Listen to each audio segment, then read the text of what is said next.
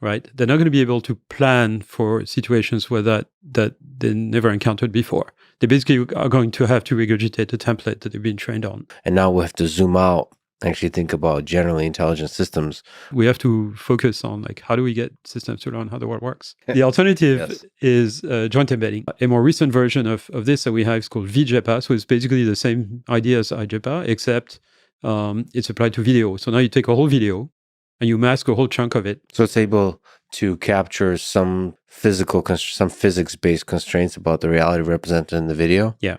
About the appearance and the disappearance of objects. Yeah, that's really new. 최근 메타가 라마 3.1과 샘2를 공개하며 LLM과 영상 분야에서 놀라운 발전을 이루어냈습니다. 이번 영상은 올해 3월에 진행된 인터뷰인데 지금 보니 메타가 이미 많은 준비를 마쳤던 것 같습니다. 난 루크는 저번 영상에 이어 월드 모델과 LLM의 한계를 극복하기 위한 다양한 노력에 대해 이야기합니다. 저번 영상에서 많은 분들이 다양한 의견을 주셨는데요. 인공지능에 대한 여러분들의 생각을 들을 수 있어서 좋았습니다. 꽤 많은 분들이 인공지능에 반감을 가지고 계신 것 같더라고요. 실제로 이 시장에 거품이 끼어 있다는 의견도 있었습니다. 하지만 인공지능은 꾸준히 연구 성과를 내고 있는 분야이며 저는 앞으로의 발전을 기대하고 있습니다. 저는 여러분이 인공지능에 대해 과도한 두려움을 가지지 않길 바라면서도 인공지능을 단순한 거품으로 보지 않으셨으면 합니다. 설명이 길었습니다. 그럼 영상 시작합니다. I think the fundamental question is, can you build a really complete world model? Not complete, but one that has a deep understanding of the world. Yeah. So can you build this, first of all, by prediction? Right. And the answer is probably yes. Can you build it by predicting words? And the answer is most probably no, because language is very poor in terms of weak or low bandwidth, if you want. There's just not enough information there. So building world models means observing the world and understanding why the world is evolving the way it is. And then extra component of a world model is something that can predict how the world is going to evolve as a consequence of an action you might take, right? So a world model really is, here is my idea of the state of the world at time t. Here is an action I might take. What is the predicted state of the world at time t plus 1? Now that state of the world does not need to represent everything about the world. It just needs to represent enough that's relevant for this planning of the action, but not necessarily all the details. Now, here is the problem. You're not going to be able to do this with generative models. So a generative model that's trained on video, and we've tried to do this for 10 years.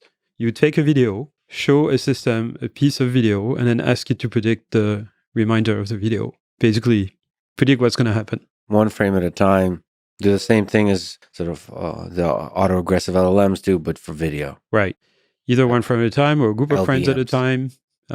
But yeah, a large video model, if you want. The idea of doing this has been floating around for a long time. And at FAIR, some of our colleagues and I have been trying to do this for about 10 years. And you can't really do the same trick as with LLMs because LLMs, as I said, you can't predict exactly which word is going to follow a sequence of words, but you can predict the distribution over words. Now, if you go to video, what you would have to do is predict the distribution over all possible frames in a video. And we don't really know how to do that properly. We do not know how to represent distributions over high-dimensional continuous spaces in ways that are useful. And there lies the main issue. And the reason we can do this is because the world is incredibly more complicated and richer in terms of information than text. Text is discrete. Video is high-dimensional and continuous. A lot of details in this. So if I take a video of this room, can predict everything that's going to be in the room as I pan around. The system cannot predict what's going to be in the room as the camera is panning. Maybe it's going to predict this is a room where there's a light and there is a wall and things like that. It can't predict what the painting on the wall looks like or what the texture of the couch looks like. Certainly not the texture of the carpet. So there's no way it can predict all those details. So the way to handle this is, one way possibly to handle this, which we've been working for a long time, is to have a model that has what's called a latent variable. And the latent variable is fed to a neural net, and it's supposed to represent all the information about the world that you don't perceive yet, and that you need to augment the system for the prediction to do a good job at predicting pixels, including the fine texture of the carpet and the couch and the painting on the wall. That has been a complete failure, essentially. And we've tried lots of things. We tried just straight neural nets. We tried GANs. We tried, VAEs, all kinds of regularized autoencoders. We tried many things. We also tried those kind of methods to learn good representations of images or video that could then be used as input to, for example, an image classification system. And that also has basically failed. Like all the systems that attempt to predict missing parts of an image or video, from a corrupted version of it, basically. So, right, take an image or a video, corrupt it or transform it in some way, and then try to reconstruct the complete video or image from the corrupted version, and then hope that internally the system will develop good representations of images that you can use for object recognition, segmentation, whatever it is. That has been essentially a complete failure. And it works really well for text. That's the principle that is used for LLMs, right? So where's the failure exactly? Is it that it's very difficult to form a good representation of an image, like a good embedding of all the important information in the image? Is it in terms of the consistency of image to image to image to image that forms the video? Okay, so the reason this doesn't work is, first of all, I have to tell you exactly what doesn't work, because there is something else that does work. So the thing that does not work is training the system to learn representations of images by training it to reconstruct a good image from a corrupted version of it. Okay, that's what doesn't work. And we have a whole slew of techniques for this that are, variant of denoising autoencoders. Something called MAE, developed by some of my colleagues at FAIR, masked autoencoder. So it's basically like the, LLMs or things like this, where you train the system by corrupting text, except you corrupt images. You remove patches from it and you train a gigantic neural net to reconstruct. The features you get are not good. And they're not good because if you now train the same architecture, but you train it supervised with label data, with textual descriptions of images, etc., you do get good representations. And the performance on recognition tasks is much better than if you do this self-supervised pre-training.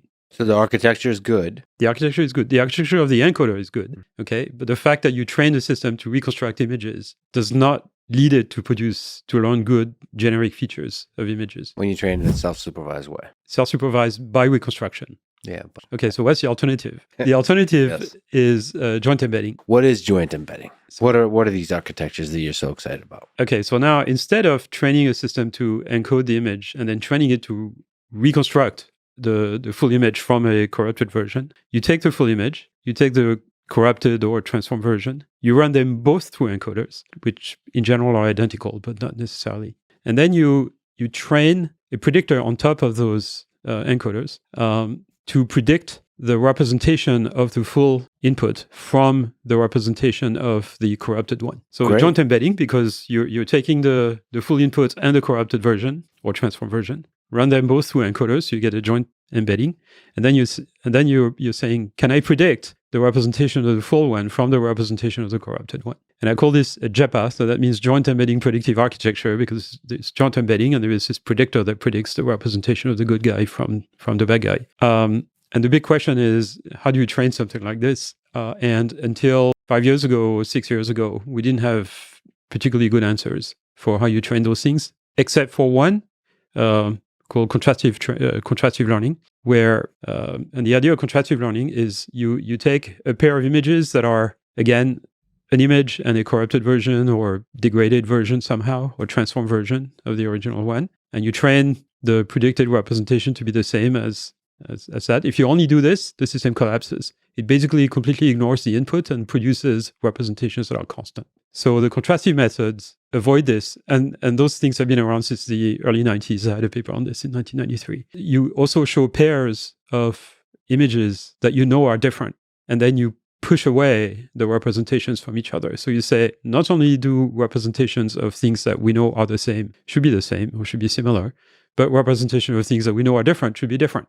And that prevents the collapse, but it has some limitation. But there are limitations to those contrastive methods. What has changed in the last 3-4 years is now we have methods that are non-contrastive. So they don't require those negative contrastive samples of images that we know are different. You train them only with images that are different versions or different views of the same thing. And you rely on some other tricks to prevent the system from collapsing. And we have half a dozen different methods for this now. So what is the fundamental difference between joint embedding architecture and LLMs? So can JAPA take us to AGI? Okay, so first of all, what's the difference with generative architectures like LLMs?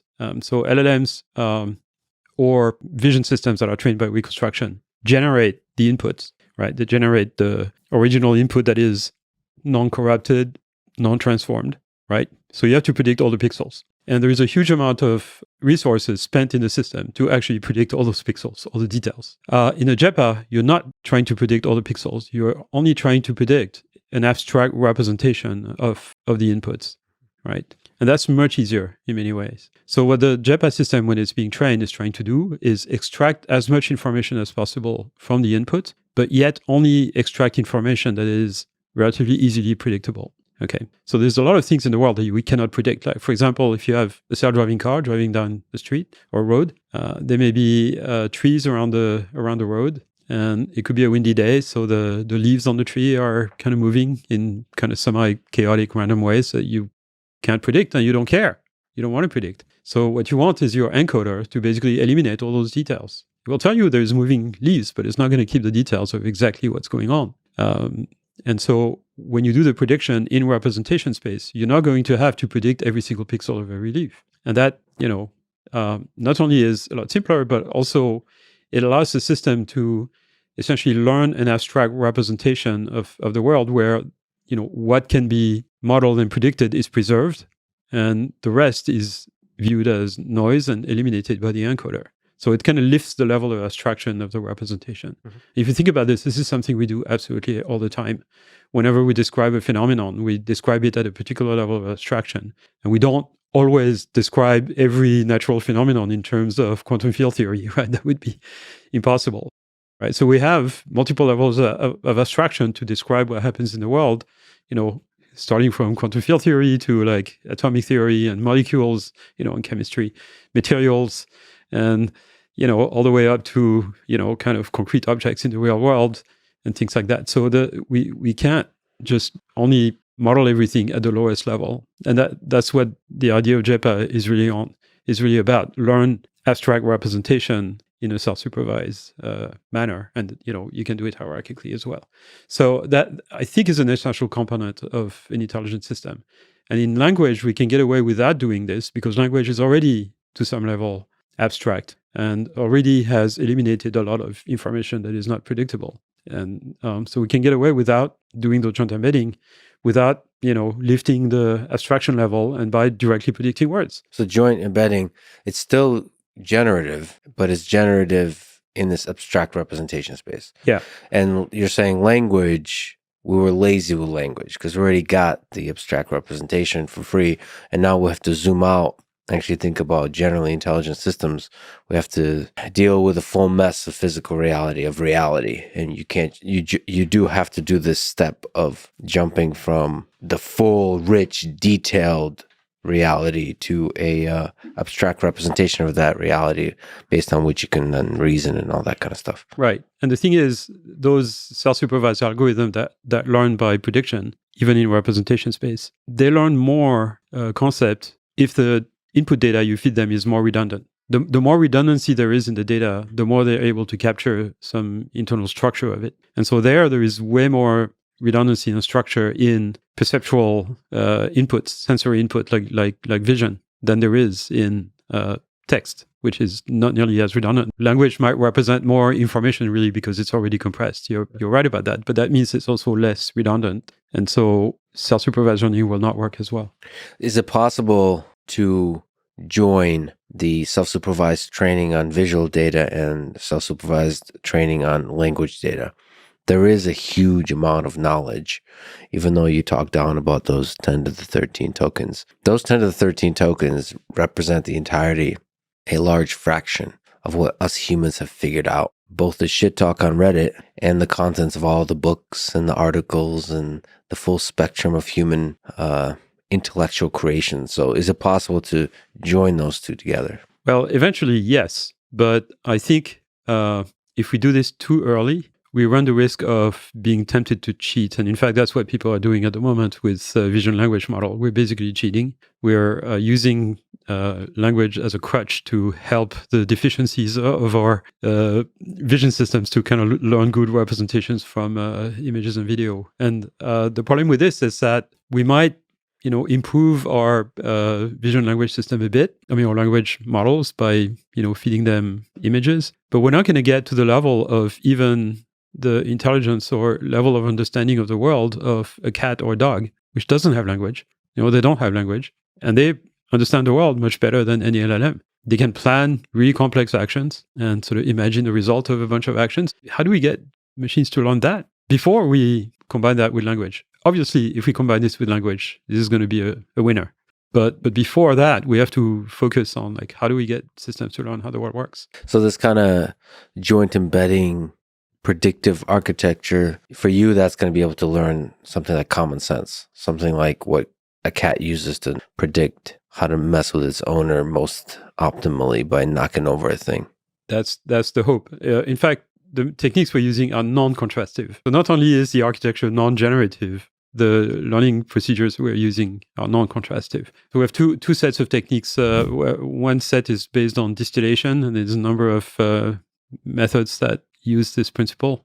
There's another one also called Dino or Dino, also produced from at FAIR. And the idea of those things is that you take the full input, let's say an image, you run it through an encoder, produces a representation, and then you corrupt that input or transform it, run it through essentially what amounts to the same encoder with some minor differences. And with various tricks, you can prevent this system from collapsing with the collapse of the type I was explaining before, where the system basically ignores the input. That works very well. The technique the two techniques we've developed at FAIR, Dino and IJEPA, work really well for that. So what kind of data are we talking about here? So there's several scenarios. One scenario is you take an image, you corrupt it by changing the cropping, for example, changing the size a little bit, maybe changing the orientation, blurring it, changing the colors, doing all kinds of horrible things to it that sort of degrade the quality a little bit and change the framing, crop the image. And in some cases, in the case of IJEPA, you don't need to do any of this. You just mask some parts of it, right? You just basically remove some regions, like a big block, essentially. And then, run through the encoders and train the entire system, encoder and predictor, to predict the representation of the good one from the representation of the corrupted one. IJEPA doesn't need to know that it's an image, for example, because the only thing it needs to know is how to do this masking. Whereas with Dino, you need to know it's an image because you need to do things like geometry transformation and blurring and things like that are really image specific. A more recent version of this that we have is called VJEPA. So it's basically the same idea as IJEPA, except it's applied to video. So now you take a whole video and you mask a whole chunk of it. And what we mask is actually kind of a temporal tube. So a whole segment of each frame in the video over the entire video. And that tube was statically positioned throughout the frames? Just literally straight tube? The tube, yeah, typically is 16 frames or something, and we mask the same region over the entire 16 frames. It's a different one for every video, obviously. And then again, train that system so as to predict the representation of the full video from the partially masked video. And that works really well. It's the first system that we have that learns good representations of video so that when you feed those representations to a supervised classifier head, it can tell you what action is taking place in the video with pretty good accuracy. So that's the first time we get something of that quality. So that's a good test that a good representation is formed. That means there's something to this. We have also preliminary result that seem to indicate that the representation allow our system to tell whether the video is physically possible or completely impossible because some object disappeared or an object, suddenly jumped from one location to another or changed shape or something. So it's able to capture some physics-based constraints about the reality represented in the video? Yeah. About the appearance and the disappearance of objects? Yeah, that's really new. Okay. But can this actually get us to this kind of world model that understands enough about the world to be able to drive a car? Possibly. This is going to take a while before we get to that point, but and there are systems already, robotic systems that are based on this idea. And what you need for this is a slightly modified version of this, where imagine that you have a video and a complete video. And what you're doing to this video is that you're either translating it in time towards the future. So you only see the beginning of the video, but you don't see the latter part of it that is in the original one. Or you just mask the second half of the video, for example. And then you train a JEPA system of the type I described to predict the representation of the full video from the shifted one. But you also feed the predictor with an action. For example, the wheel is turned 10 degrees to the right or something, right? So if it's a dash cam in a car and you know the angle of the wheel, you should be able to predict to some extent what's going to happen to what you see. You're not going to be able to predict all the details of objects that appear in the view, obviously, but at a abstract representation level, you can probably predict what's going to happen. So now what you have is an internal model that says, here is my idea of the state of the world at time t. Here is an action I'm taking. Here is a prediction of the state of the world at time t plus 1, t plus delta t plus 2 seconds, whatever it is. If you have a model of this type, you can use it for planning. So now you can do what LLMs cannot do, which is planning what you're going to do so as to arrive at a particular outcome or satisfy a particular objective, right? So you can have a number of objectives. I can predict that if I have an object like this, right, and I open my hand,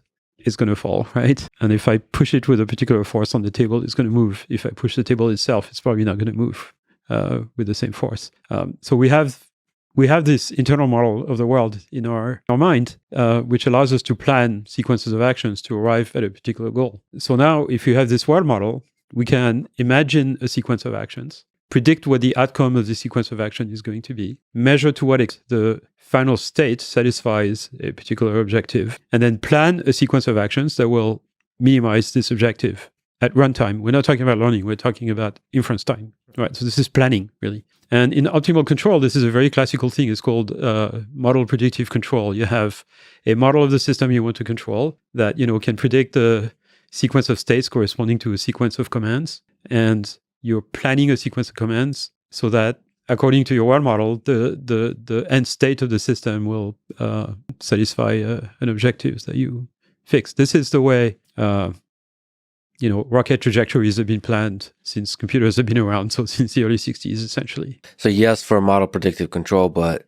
you also often talk about hierarchical planning. Yeah. Can hierarchical planning emerge from this somehow?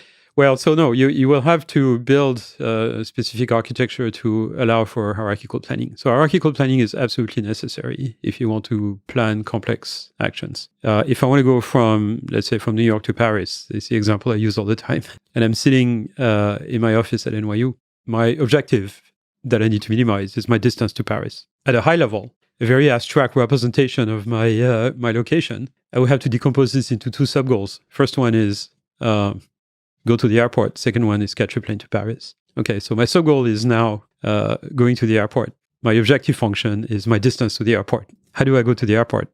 Where I have to go in the street and hail a taxi, which you can do in New York. Okay, now I have another sub-goal. Go down on the street. What that means, going to the elevator, going down the elevator, walk out the street. How do I go to the elevator? I have to stand up from my chair, open the door of my office, go to the elevator, push the button. How do I get up from my chair? You can imagine going down, all the way down to basically what amounts to millisecond by millisecond muscle control, okay? And obviously, you're not going to plan your entire trip from New York to Paris in terms of millisecond by millisecond muscle control. First, that would be incredibly expensive, but it will also be completely impossible because you don't know all the conditions of what's going to happen. How long it's going to take to catch a taxi, or to go to the airport with traffic. You would have to know exactly the condition of everything to be able to do this planning. And you don't have the information. So you have to do this hierarchical planning so that you can start acting and then sort of replanning as you go. And nobody really knows how to do this in AI. Nobody knows how to train a system to learn the appropriate multiple levels of representation so that hierarchical planning works. Does something like that already emerge? So can you use an LLM, state-of-the-art LLM, to get you from New York to Paris by doing exactly the kind of detailed set of questions that you just did, which is, can you give me a list of 10 steps I need to do? to get from New York to Paris? And then for each of those steps, can you give me a list of 10 steps how I make that step happen? And for each of those steps, can you give me a list of 10 steps to make each one of those until you're moving your individual muscles? Maybe not. Whatever you can actually act upon using your own mind. So the first thing is LLMs will be able to answer some of those questions down to some level of abstraction under the condition that they've been trained with similar scenarios in the training set. They would be able to answer all of those questions, but some of them may be hallucinated, meaning non-factual. Yeah, true. I mean, they will probably produce some answer, except they're not going to be able to really kind of produce millisecond by millisecond muscle control of how you stand up from your chair, right? So, but down to some level of abstraction where you can describe things by words, they might be able to give you a plan, but only under the condition that they've been trained to produce those kind of plans, right? They're not going to be able to plan for situations where that they never encountered before. They basically are going to have to regurgitate the template that they've been trained on. Like, just for the example of New York to Paris, is it going to start getting into trouble? Like, at which layer of abstraction do you think you'll start? Because, like, I can imagine almost every single part of that an LLM will be able to answer somewhat accurately, especially when you're talking about New York and Paris, major cities. So, I mean, certainly LLM would be able to solve that problem if you fine-tune it for it. And so I can't say that an LLM cannot do this. It can do this if you train it for it. There's no question. Down to a certain level where things can be formulated in terms of words. But like, if you want to go down to like, how do you climb down the stairs or just stand up from your chair in terms of words, like you can't do it. You need, that's one of the reasons you need experience of the physical world, which is much higher bandwidth than what you can express in words, in human language. So everything we've been talking about on the joint embedding space, is it possible that that's what we need for like the interaction with physical reality for on the robotics front? And then just the LLMs are the thing that sits on top of it for the bigger reasoning about like the fact that I need to book a plane ticket and I know how to go to the websites and so on. Sure. And, a lot of plans that people know about that are relatively high level are actually learned. They're not most people don't invent the, plans by themselves. They, we have some ability to do this, of course, obviously, but most plans that people use are plans that they've been trained on, like they've seen other people use those plans or they've been told how to do things, right? Like you can't invent how you, like take a person who's never heard of airplanes and tell them like, how do you go from New York to Paris? And they're probably not going to be able to kind of, deconstruct the whole plan unless they've seen examples of that before. So certainly LLMs are going to be able to do this, but then how you link this from the low level of actions, that needs to be done with things like JEPA that basically lift the abstraction level of the representation without attempting to reconstruct every detail of the situation. That's why we need JEPAs for. 여기까지 보신 분들이라면 인공지능에 찐으로 관심 있는 분이거나 인공지능 전공자이실 거라고 생각합니다. 그렇다면 저희 채널에서 매주 주목할 논문을 소개해드리는 인공지능 트렌드를 시청해보세요. 2000편의 논문 중에서 7편을 엄선하고 있습니다. 이상 엔드플랜의 마추였습니다.